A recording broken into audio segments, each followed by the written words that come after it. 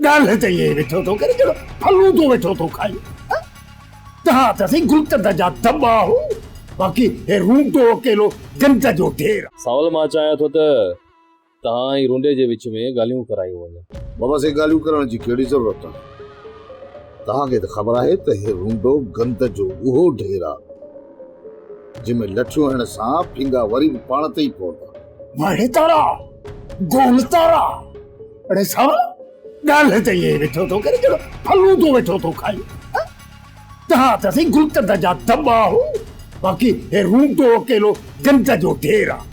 अड़े ॿुध शेरल ॿुध लिखो इन्हनि जा लक्षण अञा त हिननि महत्वरनि सां मूंखे ॻाल्हियूं करण लाइ वठी आया आहिनि।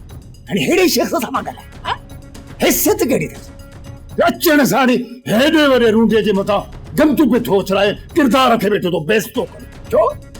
रूडा जेको तो गंद कयो आहे न उन सच खे ॿुधण जी हिमत धार ऐं चुप करे वेही ॻाल्हियूं ॿुध। जेकॾहिं तूं अमुन चाहीं थो ऐं तोखे पंहिंजी ऐं पंहिंजे औलाद जी ज़िंदगी प्यारी आहे त चुप करे वेही ॻाल्हियूं ॿुध। रूंडा जेकॾहिं असां हितां विचों निकिरी वियासीं न तुंहिंजा हिते एतिरा दुश्मन आहिनि जो तुंहिंजो संद संद गतरा गतरा करे पुतनि खे ॾेई छॾींदा। इहा ई हक़ीक़त आहे त तूं ॻाल्हियुनि करण जे लाइक़ ई न आहे। तूं सिर्फ़ सज़ा जो हक़दार आहे। उन जे बावजूद बि तूं सज़ा खां बची वियो आहे सिर्फ़ ऐं सिर्फ़ शेरल ऐं मुराद जे करे। दिलशेर तोखे फ़ैसिले में वञणु घुर्जे हा। ओ मां फ़ैसिले में मूंखे ॻाल्हाइण जी इजाज़त ई न आहे मिलंदी पोइ वञी छा कयां? अम्मा छा तोखे ख़बर नाहे त बाबा ॻाल्हाइण में कंहिंखे वारो ई नाहे ॾींदो? इहा त मूंखे बि ख़बर आहे पर जेके फ़ैसिले में ॻाल्हियूं थींदियूं न ही ॿुधी वापसि असांखे अची ॿुधाया बाक़ी इहो पिणे अची रहंदे बुती सुबतियूं ॻाल्हियूं अची ॿुधाईंदो। अम्मा शेरल खां हाल अहिवाल वठंदासीं रुगो दुआ कर त बाबो खेरनि सां ॻाल्हियूं निबेरे वठे। जिथे न पिणे वञे न उते खेर ई न सम्झो पुट। अम्मा शेरल ऐं मुराद वारा आहिनि न उहे कोशिश कंदा त ठा थी वञे।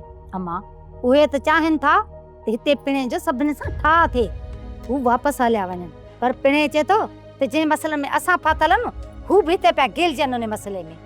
अम्मा शेरल वारा सियाणा बाबा जी दुश्मनी में पाण खे थोरी फसाईंदा। सावल तव्हांजी नज़र में रूंडो ॾोही आहे ऐं इन ई ॻाल्हि खे असां बि मञूं था। अड़े हे मुंहिंजी जान जा दुश्मन त मूंखे ॾोही ॾोहीअ जो पुटु कई वेठा न पर तव्हां संजण थी करे मूंखे वेठा था ॾोही कयो। वाह जो सही मुंहिंजा हिमायती थी आया हथ सां वेठा था मुंहिंजो ॿेड़ो मोड़ियो। रूंडा इहो समूरो किरदार जो ई कमु आहे।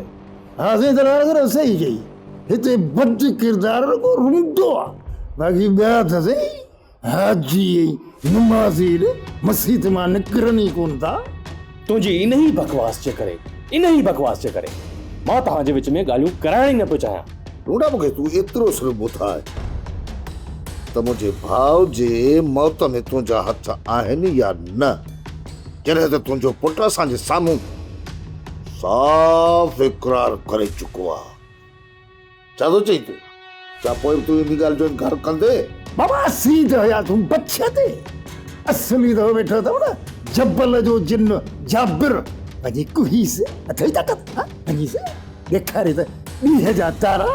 अरे जाबिर ॾे त मुंहिंजो पाउ पलांद अलॻि आहे हुन सां त हिसाब किताब लेखा सभु कंदुसि पर तो जेको बचते मुंहिंजे भाउ सां हेॾो हाञो कयो उहो हुनजो पाउ पलांद त तोखे ॾियणो पवंदो न। पाउ पलांद में मुंहिंजो ही सिर ही धड़ सभु तव्हांजे साम्हूं हाज़िर आहे। जेकॾहिं गोली हलाइणी अथव मूंखे मारणो अथव न ख़तमु करणो अथव न ख़तमु करो बसि ॿियो शर्त।